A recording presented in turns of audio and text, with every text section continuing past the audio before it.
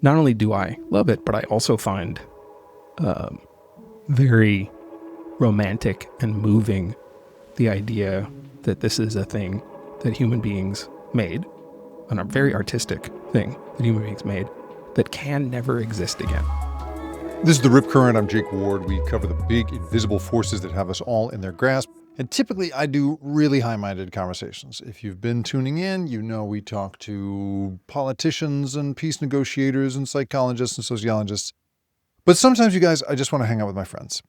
And that, as the host of this podcast, is my privilege. And so I brought on this week a old friend and colleague, Adam Rogers, who has been a journalist like me. I would argue he's smarter and better journalist than I am. He's a very thoughtful guy. He's written 2 books where I've only written 1. He's just a very hardworking and intelligent human. And he is great at weaving stories that are, I would argue, almost kind of like, he's someone who knows a lot about science and technology, but he really cares about the fantasy and magic and science fiction of life. And there's something for me about the conversation that we have here about, ostensibly we're talking about booze and the role it plays in society, the role it increasingly doesn't play in young people's lives, and what that sort of, what that means. But we're also talking here about a sort of like connecting to history, connecting to the larger things of life, conquering chaos and toasting absence. And there's some bigger themes here that I think are really beautiful. Anyway, it's a conversation that I have really enjoyed, but he's a good friend. And so, is it my privilege to just sort of bring a guy like that in? Sure, absolutely. But I think you'll enjoy this conversation, hour-long conversation. I hope you enjoy it with Adam Rogers.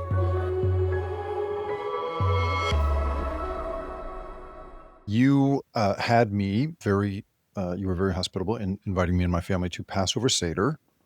I'm not Jewish, but I always feel very blessed when I get to join a Jewish tradition. In your case, you stood not far, in fact, I would say exactly where you are currently sitting, Just and gave a very beautiful talk, a riff about, I'm going to say booze, but that wasn't really what it is. You wrote this book, Proof, that I can see over your shoulder there. This is a specialty of yours, but I thought you sort of weaved it into something very beautiful. And I wondered if you just want to, you don't have to do the exact same thing, but for everyone's benefit, just because I think everybody should enjoy it, not to embarrass you, but riff on that for me for a second. Let's do a reprise of your Seder tribute, please. Well, I always worry about this because the riffs at my Seders are as a tradition in my family, calling them off the cuff is almost an insult to cuffs. They really. Plus, your family interrupts you endlessly, at which every is funny. moment. There's a lot of heckling. I Yes. noticed. I've made sure to train my 2 children to carry on with the tradition that I did with my father and that he did with the folks that we used to go to Seders with too.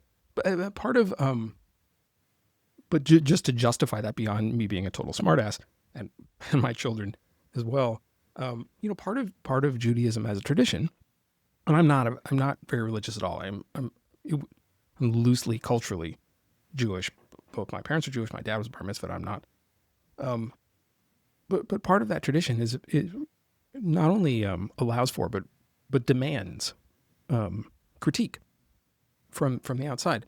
The ideas have to withstand that critique. Part of the way that you test the ideas is by talking about them, by arguing the points. Famously, there's a whole set of other Jewish holy books that are just people arguing about the first holy books and what they mean. What does it mean that there's a comma there? Maimonides says that the comma means you're supposed to pause, and Rabbi Ben Eliezer says the comma means you're supposed to reflect. And are those 2 things that kind of stuff? So it's very scientific method, right? It's very cool. It's sharpening your thoughts all the time. And the reason for it, one of the reasons that Jews do it that way is that long about the year 70 Common Era or so, the Second Temple in Jerusalem was destroyed by the Romans, and that was the equivalent for the Jews of what it would be for Catholics if you destroyed the Vatican. It was a guillotine strike, killed the priest class, leaving only the people in charge of the remote temples, the rabbis, the teachers. So it in some senses forced Jews to figure out their personal relationship with Scripture, with the text, and with God. And to some extent, those things are inextricable from one another. God wrote the Torah, created the universe by writing the Torah. It was a literary act in many respects. I'm saying all this as somebody who's really not that religious, so take all this with both kosher salt and salt with iodine. Right. Sure. but the way that plays out in my house, as it always did, at Seder's, was to try to struggle with the material, try to understand what you're doing at that meal that night, celebrating the kind of freedoms that you're supposed to celebrate. In my very political family, that was very important. And because you grew up, just so people are aware, like you grew up like your family goes way back in like labor activism. Is it right to say communism? Right, you go way back to. You guys put what we consider lefty today strikes me as inaccurate in would be very centrist. Yes, my family. Yeah, exactly. A lot of that argument in the Monty Python movie Life of Brian, People's Liberation Front of Judea, we're Judean Liberation People's Front. That thing. That's my family. My family's been organizing.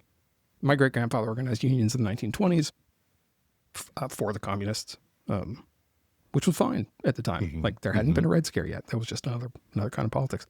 My grandmother organized in the 50s. And my parents were union folks. They were school teachers in LA, and they both did that too. And so yeah, I'm I guess what you would call a red diaper baby.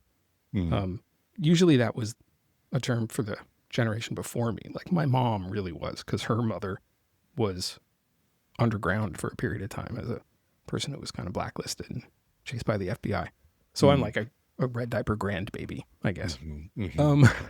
And when I wrote the booze book,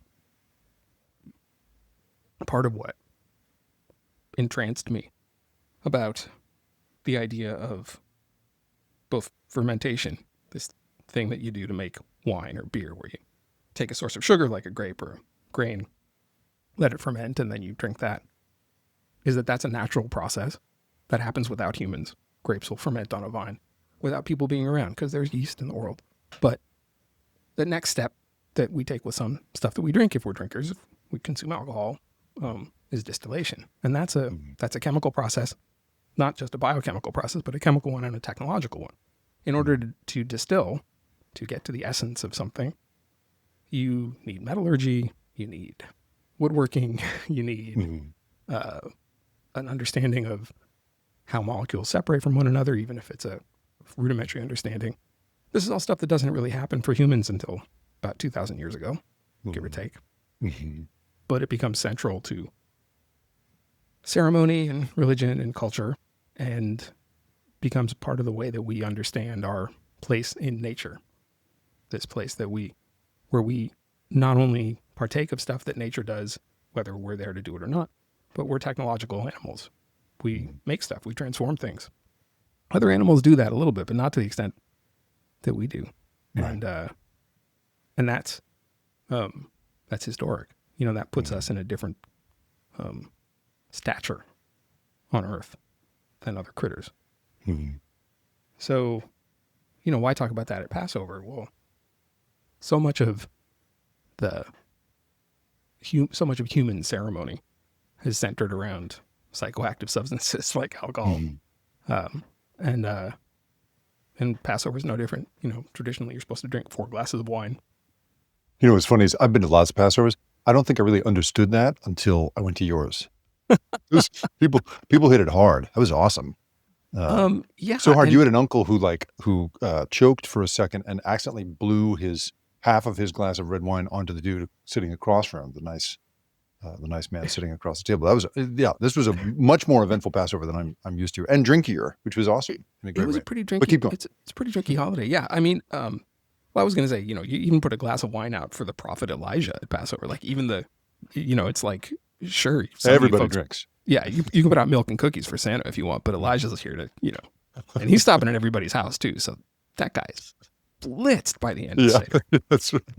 Um, that also there's a that's probably not that healthy for people, I suppose, but it's part of a communal spirit. And you were there, and you typically don't drink much alcohol. I I don't know, drink. Yeah, that's right. but I hope you still felt engaged with the proceedings. With the Well, yeah, part I of mean, being my there. problem is my deep enthusiasm for alcohol. It's not a lack of interest or enthusiasm, which is why I've always found your scholarship on this stuff so interesting. Because my instinct, because we inevitably are biased towards our own predilections, is my scholarship goes toward addiction. Scholarship is not the right word, but my storytelling and investigative stuff goes toward addiction and capitalism and big alcohol and how they work and blah blah blah blah. I'm taking all the fun out of it because I've taken the fun out of it the fun out of my life. You, however, I think have a much sort of, I mean, first of all, you have a healthier relationship to it in that you don't, you found balance in a way that I was not able to. And I keep interrupting you here, but that was sort of the thing, you find meaning in it in a way that I was very inspired by. I I don't know if Like that's where you talk about it as like it's a mark of civilization. yeah. And there's also a certain kind of, I think the word you used in your Seder, I don't mean to cut into your punchline here, was alchemy.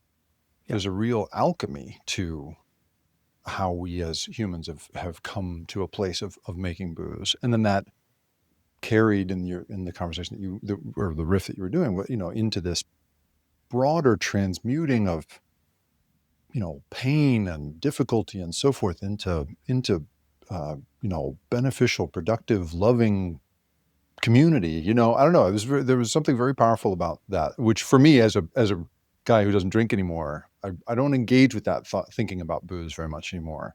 And I found it very moving. And in a way that I was okay with. I'm glad of that, because Mm-hmm. one of the things that we've really tried to learn in my house, and you see this same kind of very good bars are trying to learn this as well, is that you want to have the same kind of conviviality and coming together around a meal for everybody, even people who don't want to consume alcohol for a bunch of different reasons. And you just laid out a bunch of them.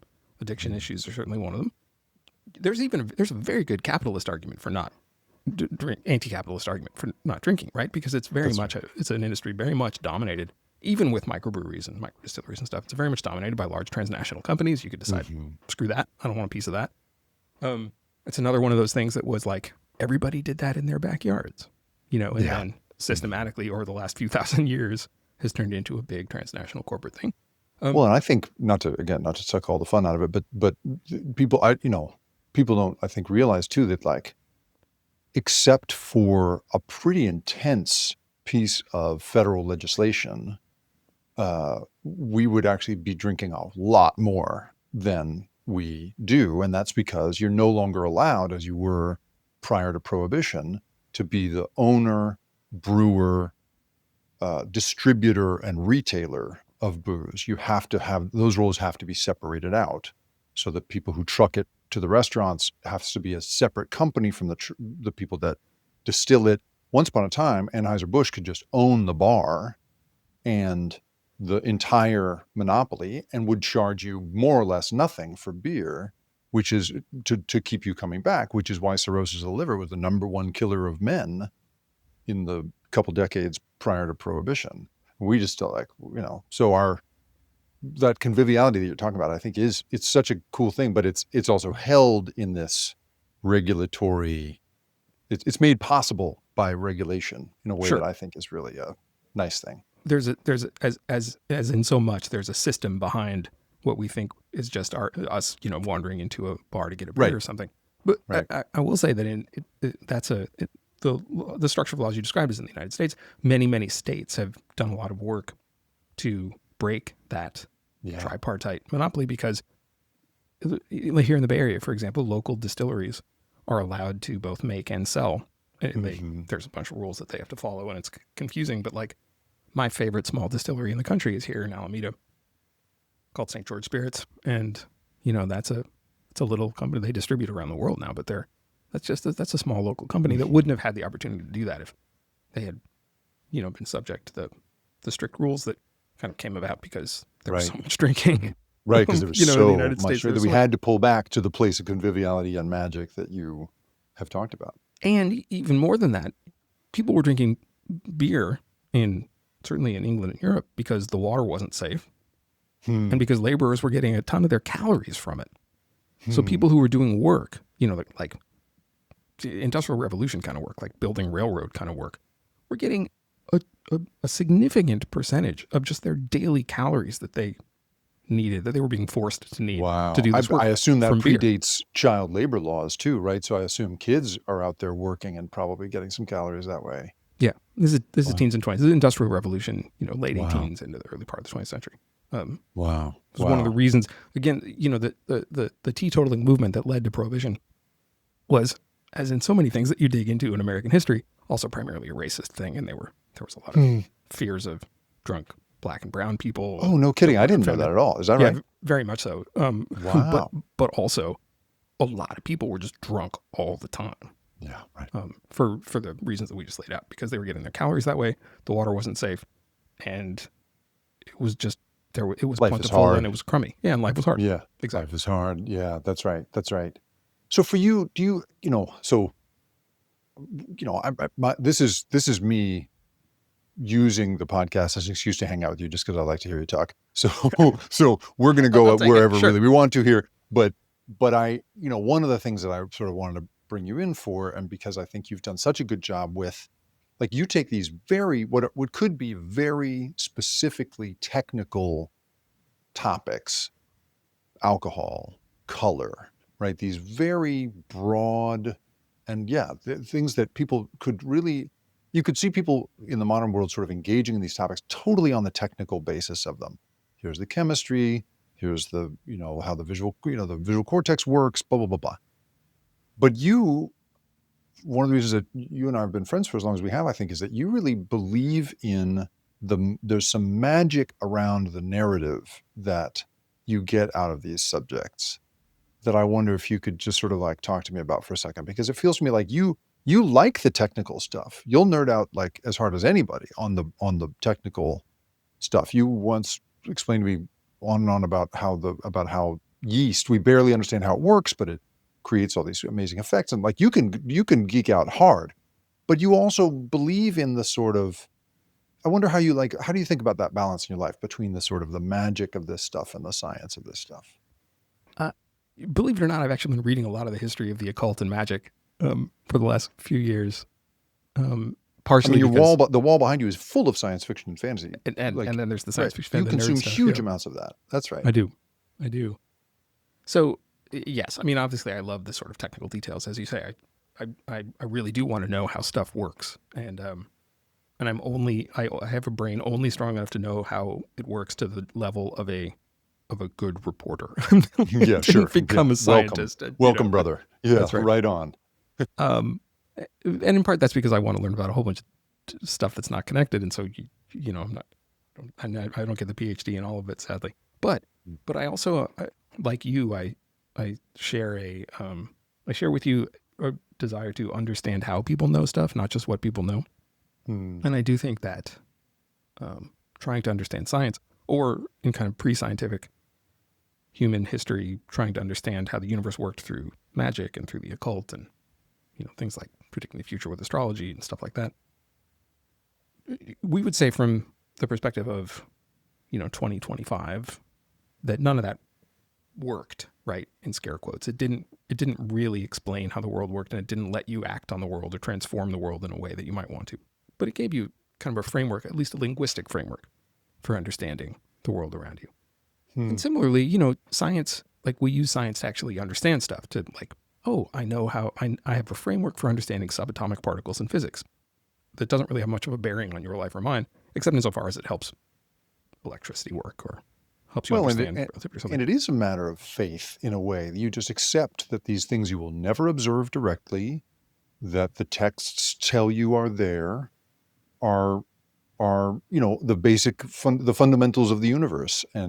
But you can Yeah. like you and I could do a lot of the experiments I guess that's right. that taught you, that taught people, like, oh, that is how subatomic particles are both, they act like a wave and they act like a particle at the same time. Like you and I could set up that experiment Yeah.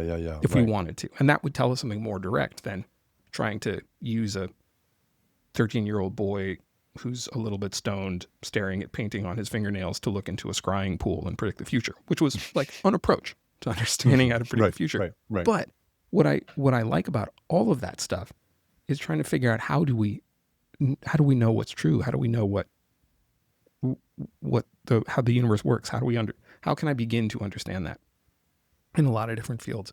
And so, as both a journalist and somebody who trained a little bit in science and then covered science for all of my career, the place that those two things overlap is, how do I know what's right? How do I know if I'm right or not? How do I figure out if I'm wrong?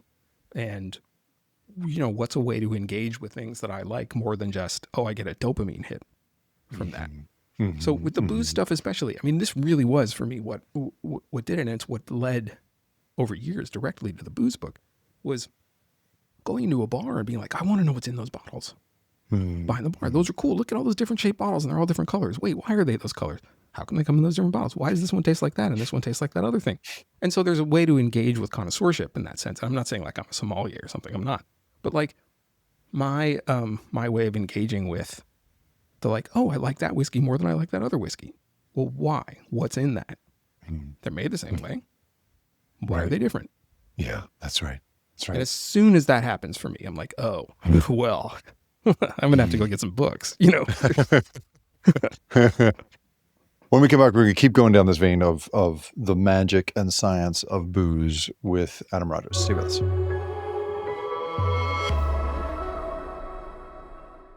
I remember interviewing one of the architects of the first decriminalization of marijuana, who was a regulator in Washington State when they were first writing their rules about it. I think they were actually following Colorado, whatever. Anyway, she expressed disappointment at the time that she couldn't do Amsterdam-style cafes because they had pulled really badly. People associated the idea of a marijuana bar with violence and driving and all of this sort of like bad behavior. And she said, it's a real tragedy for public health. And I was like, what do you mean? What's the public health benefit of a weed cafe? Huh. And she said, well, what you need is a place where you can agree through social pressure on how stoned is too stoned. If you're too stoned to talk to a girl and you embarrass yourself, you will know not to do that in future. It imposes some moderation, as opposed to just going home and being on your Xbox all night, where getting as high as you possibly can carries no social punishment. And I was like, oh, that's so interesting. I hadn't thought about that at all. And you have always been, for me, you have I would love to know, like, first of all, like, what's a great bar? What's a bar you love? Because you've been to them all over the world. I know for the book you got to do that. And I get to sort of experience bars vicariously through you. And what is it about a great bar? And do you agree with this thesis of it imposing some order on life as opposed to its reputation? Yeah, well, I want to go in reverse order because one of the great things about science is that you can apply multiple frameworks to the same set of data and get different understanding out of it. So sure, it's absolutely true that you can think about a bar as a sociological and psychological locus. And in fact, there are some great labs in the U.S. and elsewhere where researchers, primarily sociologists, basically build a bar and then serve drinks or not drinks to people and then study their interactions and how they work. And the reason they do, and to do this, you come up with a drink where you can't tell if there's alcohol in it or not. It's essentially a highly citrus flavored vodka tonic, basically. Right. So they're super sharp. Yeah. Yeah. And so you can't tell. So really, like even a booze person such as myself would not be able to tell whether you just served me a vodka tonic or a tonic, And then you're like, okay, well, so what's driving behaviors in those bars? Is it the drug, the psychoactive compound, alcohol? Or is it the expectancies, the psychological environment, the theater? Right. And you can find elements of both. And I bring that up because if you want to use neurochemistry instead of sociology, you'd like to understand, well, what does alcohol actually do in the brain? What does it do to people? And the weird thing about alcohol is that unlike almost every other psychoactive compound that human beings consume, people don't really know how alcohol works in there. So like marijuana, cannabinoids, benzodiazepines, I don't know, caffeine, Right. pick your poison, as they say. Researchers can find receptors in the brain that these things lock into and have certain kinds of effects. Alcohol, it seems like it's the same system that benzodiazepines, like clonazepam or Valium, like that those affect, which is why they have a synergistic effect. You're not supposed to drink and take those at the same time because having one and one isn't just having two, it's more. But people don't really understand. And I didn't know that. I would have assumed that there was enormous scientific understanding of those effects. Super weird. And one of the reasons there isn't is that same, the thing we started talking about at the top, which is what gets studied with alcohol very reasonably is addiction and its effects on the GI tract and the liver, stuff like that. The bad stuff that comes out because people drink a lot, they get sick. Makes total sense. But there's been very little research, even though it's illegal. It's been legal in the United States since the end of Prohibition, 28 or whenever that was. There's been very little research on like, well, why does it make you feel good? Because we don't do a lot of research on why stuff makes people feel good. Neurochemically, we're just not like that. But one of the things that does seem true about alcohol is that unlike a lot of these other drugs, it's one of the few that the one reliably predictable effect of it is that it makes people violent. Oh, wow. People really do get angry and violent on this stuff in a way that they do not with marijuana. Yeah, that's right. That's right. That's right. And when we talk about violent behavior associated with illicit drugs, what we're usually talking about is behavior associated with the market, with the illicit marketplace, the illegal marketplace. Right. The killing of competitors, the cartel violence, that kind of thing. Or the committing of petty crimes or more than petty crimes to to fund get money your habit to fund or a habit. whatever. Right. I see. Right. But not so with an Amsterdam structure, even in the places where marijuana is legal in the United States. I think there's some crime of like burglarizing the pharmacies. That's right, because the stores all deal in cash, and as a result, they're unbanked because of a again, great systemic target because they're problem. unbanked. That's right. That's right. But it's not a locus of violence because of the chemistry of the thing or its effect on the brain. That's interesting. But it is so the reputation that bars have for being a place of violence is not inaccurate. Not unfounded. Although different cultures have different expectancies around behavior with alcohol, and some cultures are less violent, it turns out, than others. Some cultures, alcohol is a thing to only be consumed with other people. Some cultures, it's a thing that you only consume alone. Some cultures, it's a thing that only men consume when they're together with men. Some cultures, it's a thing that people consume when it's men and women together. Potential romantic partners. I don't mean to be heteronormative about that, but you know what I'm saying. Right. But so that does vary across cultures. But also that research isn't great either because it's anthropology. That's always often conducted with its own expectancies built in how anthropology is conducted around the world. So the kind of the anthropology on how like indigenous cultures respond to alcohol sometimes is fraught with all those sorts of racialized assumptions, even racist assumptions are made. So it's hard to read that, but that's out there. There's a couple of famous books. So in your travels, in researching the book and looking at all the different places that people consume alcohol, do you prefer the sort of, obscure Japanese whiskey's dark bar that only the adults are in? Do you like the model, the UK, right? It's like a family place. You go with you bring your kids after church for, a meat pie and a pint and you're reading the paper and the kids are running around, right? It's a whole other cultural environment. Like which one what do you gravitate towards when you think about bars? I contain multitudes. Well, sure. No, sure. I mean, to be honest, it is true that my favorite kind of bar is the Japanese listening bar one, the dark, very, probably too fancy for most. Like I'm not a dive bar person. I'm not a karaoke person. I'm a person who likes to go and I like to go and, I sound like a schmuck saying this. I'm with you. I'm with you. I had a dive bar phase. I enjoyed that when I was a bartender for a time, and I would get off my shift and you go to the the last place that's open. Right. And that's always a sort of a divey spot, but you know your thing, and you get a shot and a beer because you're trying to move fast, and there's a whole chemistry to that, choreography to the dive bar that I got into. But I'm like you, the dark expensive bars speak to me. There's the one in Grand Central Station, the former living room of what's his name, of Rockefeller, whoever it was. The apartment. The apartment. That's right. That's a great one. Room, yeah, that kind of thing. Or there was in New York City, they're mostly New York City bars because that's where most of my drinking was. There was a fantastic bar called Angel's Share. Angel's Share was the one that I was going to go. Were you? Oh man, that's the one. That's the one. So for people who've never been there, you go up through a restaurant, an izakaya that's there, that's very loud and bright and moving fast. You make a U-turn, and you would never know that through this door that could be to the restroom, you don't know, is a whole other bar, this big, beautiful, dark bar. And it was the most beautiful place because there was all these rules. Yep. Only 4 people. You could not show up with a party of 5.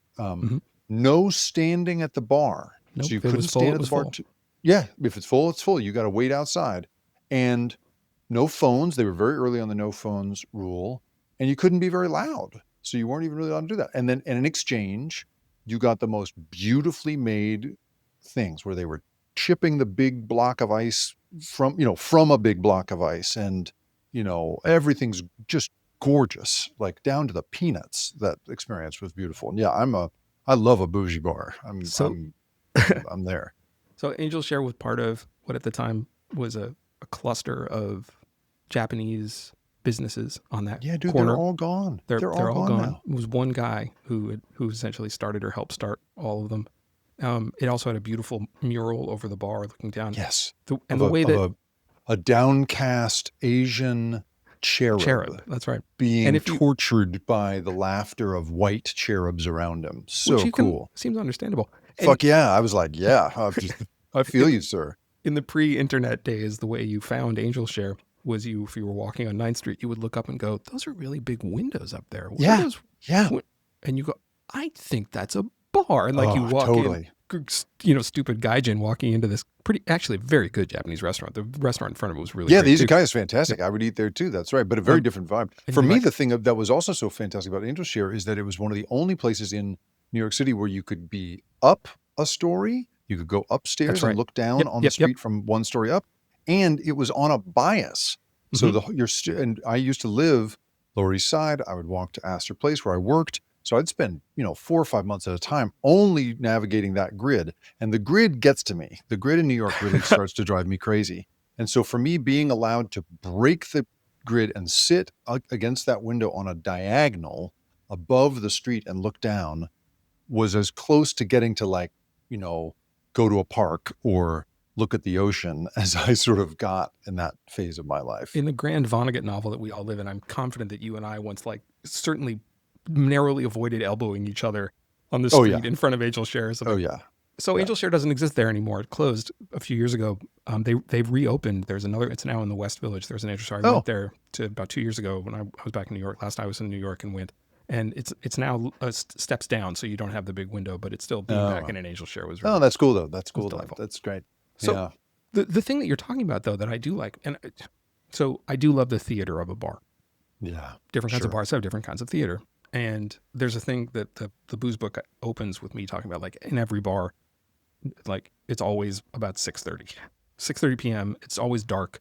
It's that's evening's what ahead of you. Anything's possible. Time and space are being controlled for in a very theatrical way. That bar functions like a proscenium for a bartender. The thing that I always wanted, and this even predated being interested in drinking really, but to be able to be in different kinds of bars and know the etiquette for all of them and be able to understand where I was and function in the theater, because it's immersive theater. You play a part. You play a part. You have a role. That's right. And so knowing that in this kind of bar, I can order this kind of drink and it will be good and it will be received well, that I will be ordering that and I will have a fun interaction with a bartender. And this is a bar where you get a Wild Turkey Rocks. Yeah, that's right.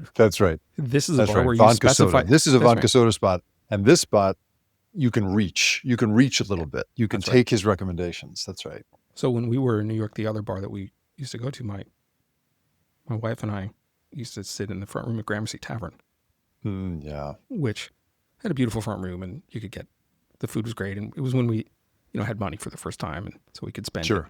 on Saturday. Right. Right. And no future ambitions, really. That's right. We're there to spend it all. Yeah. That's right. And it was also, because of the bartenders behind the bar, it was a teaching bar. It was a place where if you walked in there, as we did, with an open heart and an open liver, Right. you could be like, well, what's in that bottle? And the bartender would be like, well, let me pour you a taste of that, but actually, let me pour you a taste of these other two things because they're even weirder. Like the even weirder even weirder always gets me. That's like any bartender, or indeed any salesperson of any sort of thing, if they figure out early on that the words even weirder unlock my credit cards, those are the places they're like, oh, I got something weirder than that. You are powerless to resist those people. That's fantastic. Works in bookstores, works in bars. When we come back, I want to ask about the weirdest booze you own, because I know you have a very odd collection of all this stuff. So think about it for a second and stay with us.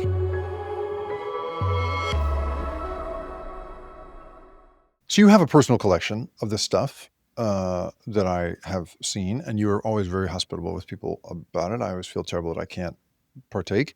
Do you like what's weird in your collection? What's an unlikely thing you enjoy, something that somebody else might not have tasted before? I will say the exigencies of both my aging gastrointestinal tract and my aging bank accounts both mean that the collection's a lot weirder than it has been in years past. Because there have been times when, and part of what I always like at Passover too, this has been true since my wife and I started doing Seder's when we were kids in New York, was like when people would start to leave, but like our friends knew you will stay because the weird he'll break out the weird stuff if we stick around. Just stay. Yeah, right. So like, I still have a couple of bottles of a few years ago. There's a whiskey called Imperial Single Malt Scotch that the distillery is closed and has been razed. It doesn't exist anymore. And it's delicious. And I had the first time I went to Scotland when I was in my 20s to go to distilleries. I had it then, and distillery's gone. Every so often, for the past few years, 20 or so, an independent bottler would come up with a barrel and would bottle it under their own label. Say this is Imperial, but from it, because that's one of the things that happens in whiskey. But not only do I love it, but I also find very romantic and moving the idea that this is a thing that human beings made, and a very artistic thing that human beings made, that can never exist again. It just, because of the way a whiskey distillery works, the shape of the still is very important to the flavor. The place that they age the whiskey is important. Where they get the no one will be able to barley. Recreate these same conditions. Can't be done. And even if you had a good lab and you could get all the chemicals together, if you do gas chromatography, mass spectroscopy on whiskey, there's molecules in there that nobody's ever characterized, so nobody really knows what they are. You can't reassemble it. You couldn't use nanotechnology, to make it again. You can't use artificial flavors. It just can't be done. So I love that. You're drinking loss. You're drinking absence. It's the end stuff. Yeah. So I don't drink it a lot because drink stuff a lot. But I'm not trying to save it. Like the point is, I want to drink it. Like, but every time I do, I think like, wow, this is a connection to absence, and to human industry and to human art. We make things that'll disappear. Right. The comfort, being comfortable with that sort of temporary status, all of our temporary status. That's nice. Yeah, like I say, I just think that there's something, the way you engage with the subject is just very interesting to me, because it is not, you're not snooty about it. You don't drop names in a sort of, you haven't had that? Well, geez, you really, but you also aren't just a drinker. You're not a lush. Like, you're not somebody who is pulled to this. I have a friend, who's a very very high functioning alcoholic. He's really amazing at it. And you've never heard a guy describe something with greater pleasure than this man describes getting a beer from the vending machines in the Narita airport in Tokyo. Well, that is pretty great, though. He's like, it's so cold it burns your fingers. It's crazy, but he's pulled to it by his dependents, I would say. Well, look at all the different ways that you can tell this story. That's one of the things I love about it. Like, I can tell you the narrative of Imperial as a distillery. That's a historical, romantic narrative of loss and tragedy, but also the wonder of this thing that they make. I can tell you the chemistry story. I can tell you how distilling works technically. I can talk you through barley and yeast and fermentation and distillation and aging, and I can tell you the neurochemical story roughly. But I can tell you I can tell you how alcohol works. I can even tell you a smell and taste story. How do we perceive the different flavors and how when they're dissolved in an alcohol versus if they were dissolved in water, why that would be different, how we perceive alcohol when we just as a experience in our nose and our mouth. All those things are true about whiskey or about booze. They're all science stories, to me in a lot of ways. Maybe not the narrative one, but still there's some science of that. There are different ways of engaging with this stuff that I think are positive ways because there are some dangerous ways to engage with it too. As you say, it's an addictive substance and it causes a lot of heartache for people and pain and genuine violence and suffering and death. I tried to say with my book about it that the book takes place about 2 sips into your second drink. Right. The good place. You're in the good place with booze consumption. That's right. Well, and this is what I also appreciate about the way you discuss is you don't shy away from the fact that it has, that the data shows it is connected to violence. Like, you're not an apologist for booze. You're an enthusiast for when it does things nice, but you know what it is to be 2 sips into your second drink as opposed to that last regretful drink, the drink you regret, which is it's impossible to know which one that one's going to be. That's right. Right. But there's a balance to how you think about it that feels to me very journalistic. It's very, you're very even keeled about it in a way that is not often true. I worked for not many years, but for a few years, right around September 11th, which was a weird time to be doing this subject, but in architecture and design magazines. And there was always this split between people who, on the staff, who were like, academic level enthusiasts, loved it as a discipline that, it was criticism. They were all critics. They want to talk about volume and plane and the cross section and the plan. They're rendering judgment. And in tech, we've experienced this too, where you're sort of, there's people who want to critique the ups and downs of a company because they're enthusiastic about the leadership. There's a sort of, it's like sports. Yeah. It's like sports reporters, something like that. Whereas I fell much more into this other category that I think you would have fit right into if you were on this staff, where I thought of design as interesting because it told us a story about ourselves. And through the design of how, I discovered at one point during that magazine period that prisons and schools in the United States are very often designed by the same architects.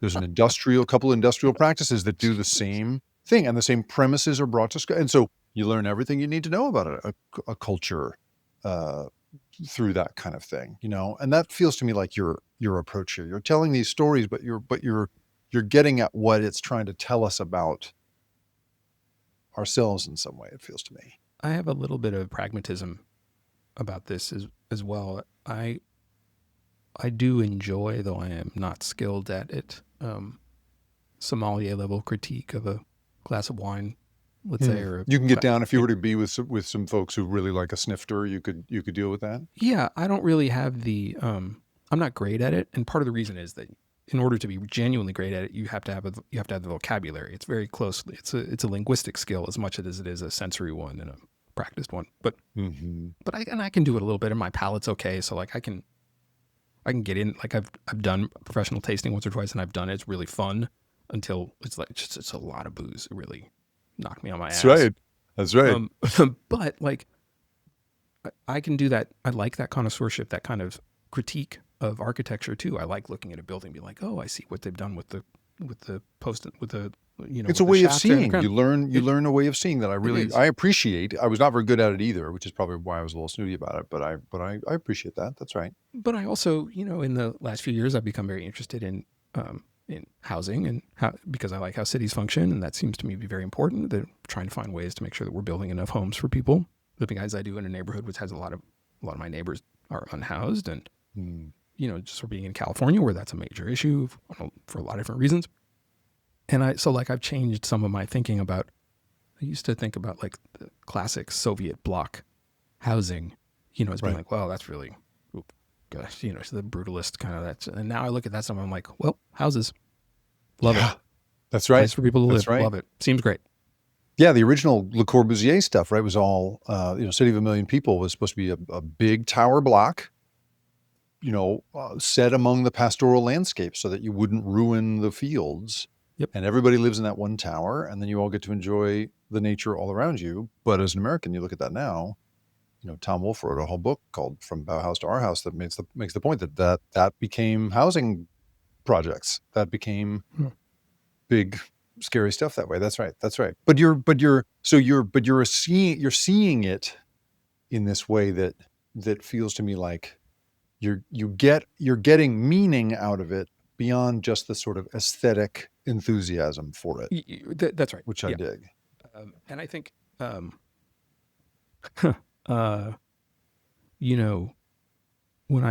if I think you were going to you asked me about my favorite bar before, but if I think about like my favorite drinks, like any time, like if I can think of one, like, oh man, that one drink was really super special. At least some of them are on the order of, it was a jar of sake I bought from a vending machine before getting on a Shinkansen, to sit on a train and eat a bento box and drink really commodity level sake, like a Budweiser equivalent of sake, but in that environment, in that moment, perfect. A perfect drink. I love that. Can't I love be that. When we come back, I want to talk about the fading enthusiasm for alcohol among young people, and how I think it also happens to coincide with a fading enthusiasm for the kind of storytelling magic that we've been talking about this hour. We're going to get into that. Stay with us.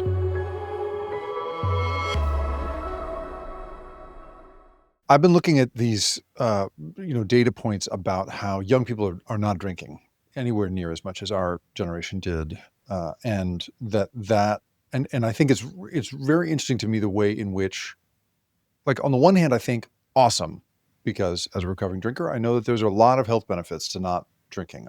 I was really hoping when I quit drinking that it was going to have no impact on my life, so that I could go right back to it. It turned out to be a transformative thing, and that was very hard. I was like, fuck. Yeah, I know, exactly. Fuck. But so that's one way I interpret that data point. On the other hand, I also look at the loneliness of young people, which is an epidemic right now. And, I'm sure you've had the experience, as I have, in sort of social circles around the tech industry. You go to a dinner party, or, I go sometimes to a breakfast thing every so often, and there's like an agenda for what you're going to talk about at the table among this group of strangers. And it is clearly because this is a group of people that we assume won't be able to just riff with each other, can't just improvise a social experience. And I think, if anything, if a bar teaches you anything, it is how to talk to strangers. It is how to make small talk, fill time, play a little dice, like you're learning something important there. I wonder if you think, you as, because you and I are aging journalists, we have worked with a lot of much younger people. I wonder, having observed those, kids of that generation, and thinking as you have about the role of alcohol in society, where are we headed? How do you think about that? Well, let me, as is my annoying habit, problematize some of the data for you. Go. I do think that one way of slicing the clearly true observation that younger people, so called Gen Z, let's say 18 through 30, whatever, right, are spending less money on alcohol, is, first of all, you want to cut off the 18 to 21-year-olds because they ain't supposed to be doing that. Right. Not just because of the legalities of it, but because their prefrontal cortex isn't developed yet, and they're not supposed to be consuming stuff that will mess that up. So you really shouldn't be drinking until 25 anyway. Don't do that. But there's some good numbers that say that that younger generation is actually spending about the same proportion of their income that any other generation did at that age. They just make less. Oh, wow. Because they're getting screwed by a whole bunch of different factors. Right. So that may be going on. But the loneliness thing is an interesting twist on those numbers too. I'm a little skeptical of the loneliness numbers, but I do see different socializing patterns even in my own kids who are late teens, early 20s. So anecdotally, I'm like, well, okay, maybe. And that difference is they're socializing, but they're doing it often from their computer. Yeah. Alone, essentially. I mean, with people online, but not with people IRL. Mm-hmm. And the drinking patterns for younger people typically are and have been drinking socially. It's a social lubricant because you're a teenager, and so you're weird and you are awkward. Some of us remain this way. And so, you have alcohol because also it's kind of cool and it's transgressive and all that stuff. So if they're not in person, they're not engaging with it in an adult pattern of like, I'm going to have a glass of wine with dinner. That's not what it is. It's a party thing. And since they're not at those parties as much, nominally, this is another theory, because a lot of the hypotheses about this are around like wellness and they're like different patterns. And I don't know if I buy those as much as I do differences in the economics of it and some different social patterns, whether they're about loneliness or not, or whether they're just because people socialize electronically, especially because we're talking about a specific generation that spent years alone because of the pandemic, because of COVID. Yeah, right. That's my, I mean, your kids also did this, but my kids also were in a very formative age when the pandemic hit. And I remember one of the teachers that we really respect at our school described sort of kids in general from that little group to be, they say, they believe that they are the main character of the story and they believe they're anonymous. So there's a fun, and she was like, and that makes it really hard to teach them. And I was like, yeah, I bet that's weird. I bet that's hard. But I do find myself like, I remember once upon a time back when I was a big drinker and considered myself pretty talented at making the party fun at a bar. I thought that I had this little like brilliant business model because I'd spent a fair amount of time with a certain kind of adventurous Japanese tourist for whatever reason. Many times in many parts of the world, I have been in places where like this very particular kind of, because you got to be really brave to leave Japan out into the world. You don't speak other languages particularly easily or well. You're used to an incredibly clean and organized society, and you're willing to go like bum around a place like Italy where who knows where the trains are going to show up. I just remember thinking the Japanese were so amazing for their appetite for adventure in that way. And I thought I would make somehow a living like curating extremely adventurous party experiences for Japanese tourists. And at that time I was like, we'll drink, we'll do other stuff, we'll bop around, I'll take them to weird warehouse parties, like, well, let's go.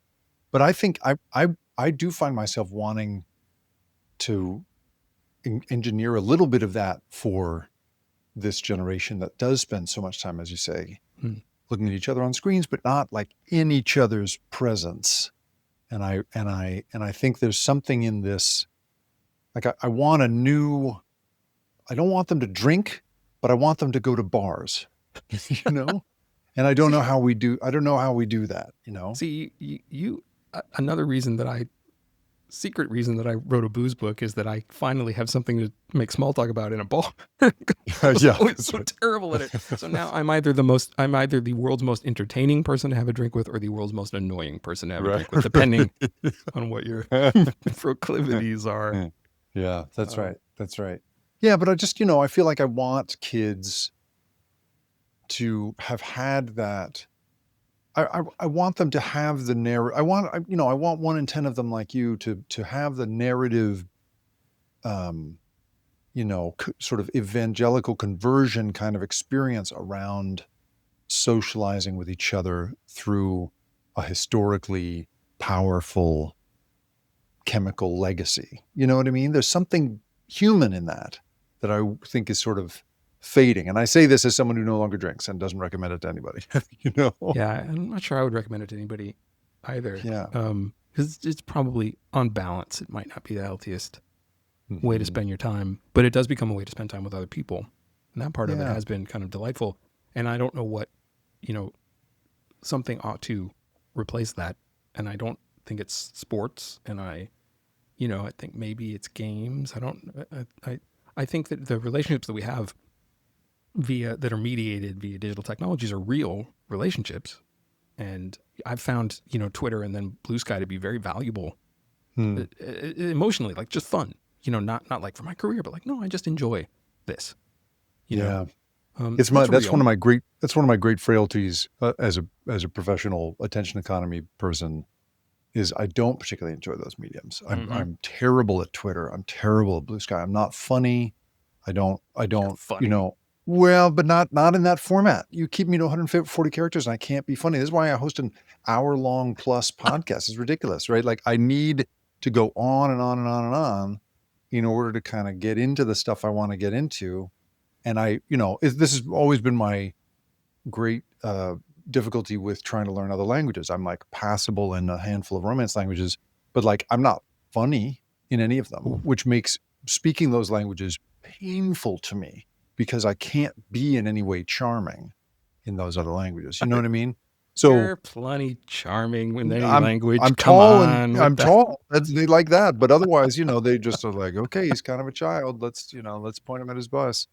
But I think that there's something like I don't know quite what I'm getting at here. Other than that, I think that there is something that you have distilled, get it? Distilled from the subject of booze that speaks to us about our obviously all the things you cover so well, the history of it, the chemistry of it, the sort of the conquest of chaos of it. But there's something about the connecting with one another that feels really crucial. And I hope it can at least be some sort of model for how people interact in future without obviously all of the baggage and violence and cirrhosis and the rest of it. But that's one of the things I got out of your book was there's this like we can connect over these things. We can cherish history together and make ceremony and magic out of them without it's a way of conquering the emptiness of space. There's something powerful about that for me. If we can find the common ground there doesn't exist in the like, wow, I feel dizzy now and I didn't before. That's like the least interesting thing about booze. There are, you can find the commonalities of like, here's where that comes from. Here's why it's that way. Here are the systems that made it that way. Here are the things about us as people that make it interesting to us. And those are things that we share. It's very one of the, I've written these two books and they're both essentially about sensory experiences. And part of the reason that they're like that is that we have these sensory experiences that happen just inside our own heads. We've got these we've got these sensors on the outside of us that let us perceive a world, and then we make that world in our brains, and nobody really knows how we do that. We make mind, but it's a really cool thing that we do, but it's a very lonely thing. And even though we all do it, and we communicate those things to each other through language. And so that I can tell you what my primary indexicality is of the universe, what my sensory experience of the universe is, and you can tell me what yours is, and if we have enough language, we can see where they overlap and how they sync, and if they don't. And that's really important to me and beautiful. And it's not just true for booze. It's not just true for colors. It's true about almost everything that I've written. It's true almost everything you've ever written about too. The shared experience of technology that we have now is such an alienating one, but also one that we're sharing with each other. Yeah, that's right. That's right. Trying to understand. Adam Rogers, the books are Proof and Full Spectrum. We didn't even get into Full Spectrum, which does the same thing for color as he did for alcohol. They're really amazing books. I hope you check them out. Adam, thanks for being here. Thanks, man. Good to see you. The Rip Current is produced and created by me, Jacob Ward. And if you liked this show and you want more content like this, go to theripcurrent.com, where I publish a weekly newsletter that covers these same sorts of stories of the big invisible forces that have us all in their grip. And if you want to really do me a favor, if you could go to where you have listened to this or watched it and like it, share it, or even better, review it. Holy cow, is that helpful? It's the best possible way for me to find a new audience. I really appreciate you being here. Thanks for listening.